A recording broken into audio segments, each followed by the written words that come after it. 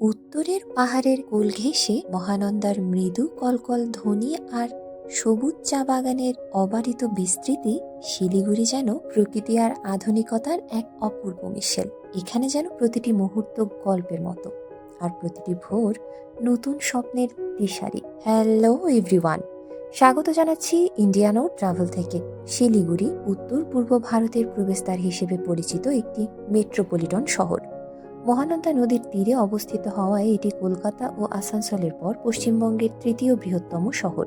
শিলিগুড়ি জলপাইগুড়ির সঙ্গে মিলিত হয়ে একটি বৃহত্তর মহানগরে পরিণত হয়েছে এবং এটি জলপাইগুড়ি থেকে মাত্র ৩৫ কিলোমিটার দূরে অবস্থিত। শহরটি 4টি আন্তর্জাতিক সীমান্ত চীন, নেপাল, বাংলাদেশ এবং ভুটানকে সংযুক্ত করে, যার ফলে এর অবস্থান গুরুত্বপূর্ণ হয়ে উঠেছে। সময়ের সঙ্গে সঙ্গে শিলিগুড়ি একটি ছোট গ্রাম থেকে বাণিজ্যিক কেন্দ্রে পরিণত হয়েছে এবং বর্তমানে এটি উত্তর পূর্ব ভারতের অন্যতম জনপ্রিয় পর্যটন গন্তব্য। লোনলি প্ল্যানেট এটিকে এশিয়ার সেরা 10টি দর্শনীয় স্থানের মধ্যে অন্তর্ভুক্ত করেছে।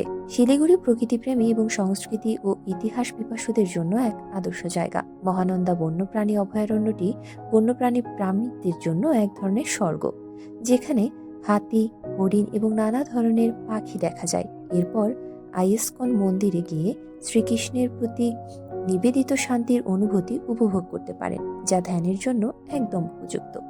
শহরের প্রাণকেন্দ্রে অবস্থিত কালচক্র ময়দান ধর্মীয় ও সাংস্কৃতিক উৎসবের জন্য পরিচিত এবং এখানে এসে স্থানীয় সংস্কৃতির রঙিন ছোঁয়া পেতে পারেন।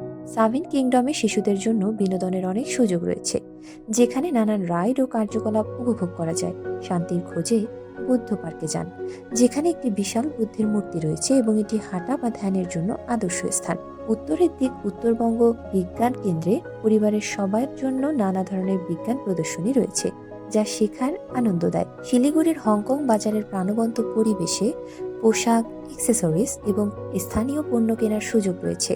আর চা বাগানগুলোতে ঘুরলে চা উৎপাদনের প্রক্রিয়া সম্পর্কে জানতে পারবেন এবং মনোমুগ্ধকর সবুজের দৃশ্য উপভোগ করতে পারবেন। সালুগারা মাঠের শান্ত পরিবেশ মানসিক প্রশান্তি এনে দেয় এবং রোহিণীর পাহাড়ি দৃশ্য আপনাকে আকৃষ্ট করে। সব মিলিয়ে শিলিগুড়ি সত্যি একটি অসাধারণ ভ্রমণ গন্তব্য, যেখানে প্রকৃতি এবং সংস্কৃতির মিলন ঘটেছে। ইতিহাস। শিলিগুড়ির ইতিহাস বেশ আকর্ষণীয়।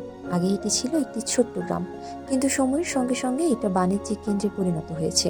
1900 শতকের প্রথম দিকে ব্রিটিশরা এখানে চা বাগান শুরু করে, আর সেটাই শহরটাকে আরও বেশি পরিচিত করে তোলে। 1947 সালে যখন ভারত স্বাধীন হয়, তখন শিলিগুড়ি উত্তর পূর্ব ভারতের প্রবেশদ্বার হিসেবে গুরুত্বপূর্ণ হয়ে ওঠে, কারণ এটি নেপাল, বাংলাদেশ, ভুটান আর চীনের সীমান্তে অবস্থিত। এই জায়গার অবস্থান আর যোগাযোগ ব্যবস্থা এটাকে জনপ্রিয় বাণিজ্যিক এবং পর্যটন গন্তব্য বানিয়েছে। এখন শিলিগুড়ি একটি মেট্রোপলিটন শহর আর উত্তর পূর্ব ভারতের অন্যতম আকর্ষণীয় জায়গা। শহরের সংস্কৃতি এবং দ্রুত নগরায়ন এটিকে আধুনিক কেন্দ্র হিসেবে গড়ে তুলেছে। শিলিগুড়ির ঐতিহ্য ও সংস্কৃতি। শিলিগুড়ির সংস্কৃতি এবং ঐতিহ্য বেশ মজার। এখানে হিন্দু, মুসলিম, বৌদ্ধ এবং খ্রিস্টান ধর্মের মানুষ মিলেমিশে বসবাস করে, যা শহরটিকে দারুণ বৈচিত্র্যময় করে তোলে। খাবারের ক্ষেত্রে তিব্বতী মোমো আর সুস্বাদু থুকপা তো সবারই প্রিয়। অর্থনীতি মূলত চা শিল্পের উপর ভিত্তি করে, আর এখানে অনেকেই চা বাগানে কাজ করেন। উৎসবের সময় দুর্গাপূজা, কালী পূজা আর ক্রিসমাসের মতো বড় উৎসবগুলি পালন করা হয়, যা শহরকে আরও রঙিন করে তোলে। স্থানীয় গান বাজনা এবং আধুনিক সঙ্গীতও এখানে বেশ জনপ্রিয়। সাধারণত মানুষ শার্ট ও প্যান্ট পরে, তবে উৎসবের সময় ঐতিহ্যবাহী পোশাক পরে। সব মিলিয়ে শিলিগুড়ি সংস্কৃতির সত্যি প্রাণবন্ত এবং আকর্ষণীয়। আপনি শিলিগুড়িতে যেভাবে পৌঁছাতে পারবেন। শিলিগুড়িতে পৌঁছানোর জন্য বাগডোগরা হলো নিকটতম বিমানবন্দর, যেখানে দেশের বড় বড় শহর থেকে সরাসরি ফ্লাইট পাওয়া যায়। ট্রেনে আসতে চাইলে নিউ জলপাইগুড়ি রেলওয়ে স্টেশন সবচেয়ে কাছে, যা শিলিগুড়ি থেকে মাত্র 8 কিলোমিটার দূরে। সড়ক পথেও শিলিগুড়ি দেশের বিভিন্ন অংশের সাথে ভালোভাবে সংযুক্ত, তাই যাত্রা সহজ এবং সুবিধাজনক। ভ্রমণকারীর উদ্দেশ্যে কিছু টিপস শেয়ার করছি। আবহাওয়ার পূর্বাভাস দেখে বের হওয়ার পরিকল্পনা করলে ভালো হয়। যদি পাবলিক ট্রান্সপোর্ট ব্যবহার করেন, তাহলে স্থানীয় ট্রেন এবং বাসের সময়সূচি আগে থেকে দেখে নিতে হবে। এটি আপনাকে ভ্রমণে সাহায্য করবে। নতুন পরিবেশ, তাই ভ্রমণে বোতলজাত পানি ব্যবহার করুন। আজ এ পর্যন্তই।